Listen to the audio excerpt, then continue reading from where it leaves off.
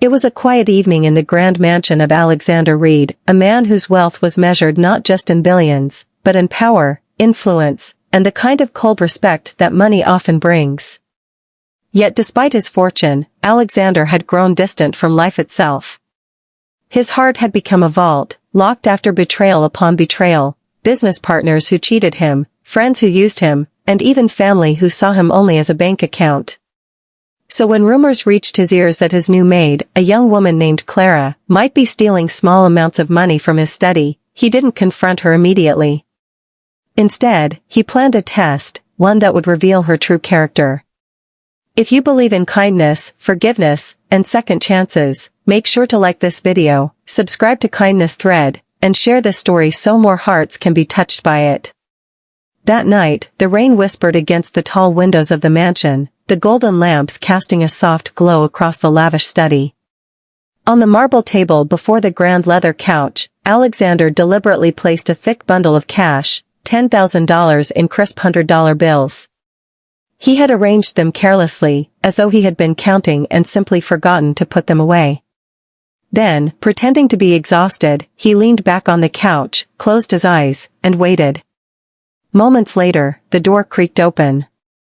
Clara stepped in quietly, her blue maid's uniform perfectly neat despite a long day of cleaning. She was young, barely 24, but her eyes carried the weight of someone who had already lived through more pain than most people endure in a lifetime. Her shoes were worn, her hands rough from years of scrubbing floors, yet there was a certain grace in her movements, a silent dignity that money could never buy. She hesitated near the couch, unsure whether he was asleep. Then her eyes caught the pile of money on the table. Her breath hitched. She froze, staring at it, her reflection shimmering faintly in the polished marble surface. Slowly, she stepped closer, each movement cautious, as though she were afraid to even breathe too loud. Alexander, his eyes barely open, watched from beneath lowered lashes. His mind was racing. Would she take it? Would she betray his trust like everyone else?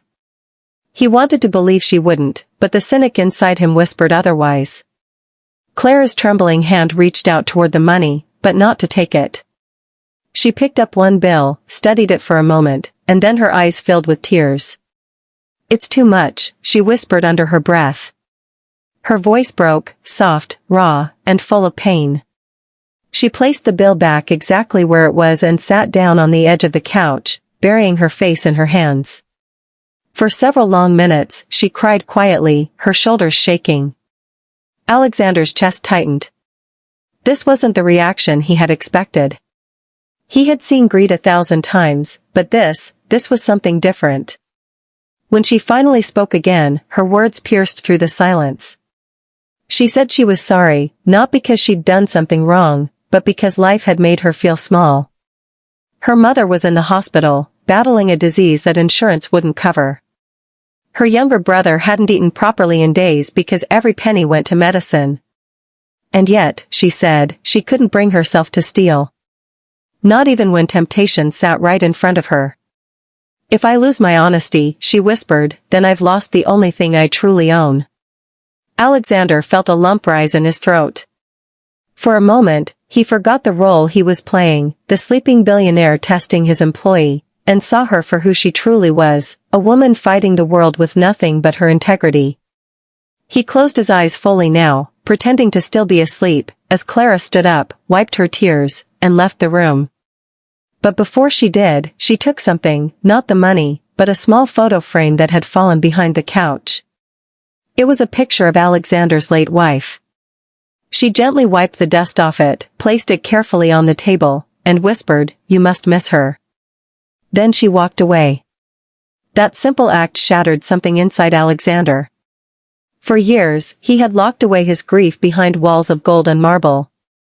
Yet here was a maid, poor, struggling, almost broken, showing more compassion in a single gesture than anyone in his wealthy circle ever had. The next morning, he called her into his study. She entered nervously, her hands clasped tightly. She probably thought she'd done something wrong. But instead of anger, Alexander handed her the same bundle of cash. Her eyes widened in disbelief. Sir, I didn't, she began, but he interrupted gently, his voice softer than she'd ever heard. I know, he said. And that's exactly why you deserve it. Tears welled up in her eyes again, this time from gratitude. She shook her head, refusing at first, saying she couldn't accept something she hadn't earned. But Alexander smiled for the first time in a long while. You've earned more than you know, he said. You reminded me what honesty looks like, what kindness feels like. From that day forward, everything changed. Alexander didn't just pay for Clara's mother's treatment, he visited her personally, ensuring she received the best care money could buy. He also enrolled Clara's brother in a good school and offered her a position beyond just housekeeping. Within months, her life transformed completely, not because she asked for help, but because her honesty and kindness had reached a man who'd forgotten what humanity meant. But what touched Alexander most was how she never changed. Even after she moved into a better apartment and her family began to heal, Clara still visited the mansion every week to check on him.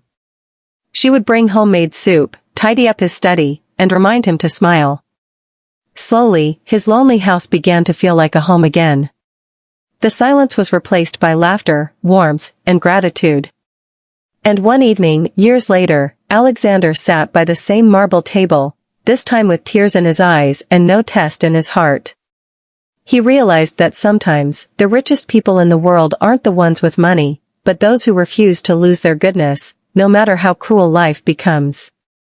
If this story touched your heart, please like, share, and subscribe to Kindness Thread, because the world needs more stories that remind us that integrity and compassion still matter. Special request, tell us in the comments, what would you have done if you were in Clara's place? Would you have walked away, or would you have taken the money? Your words might inspire someone today. And as Alexander looked out through the window that night, he smiled for the first time in years, not because of what he saw, but because of what he felt. The test he set for someone else had ended up testing his own heart, and in the end, it was kindness that won.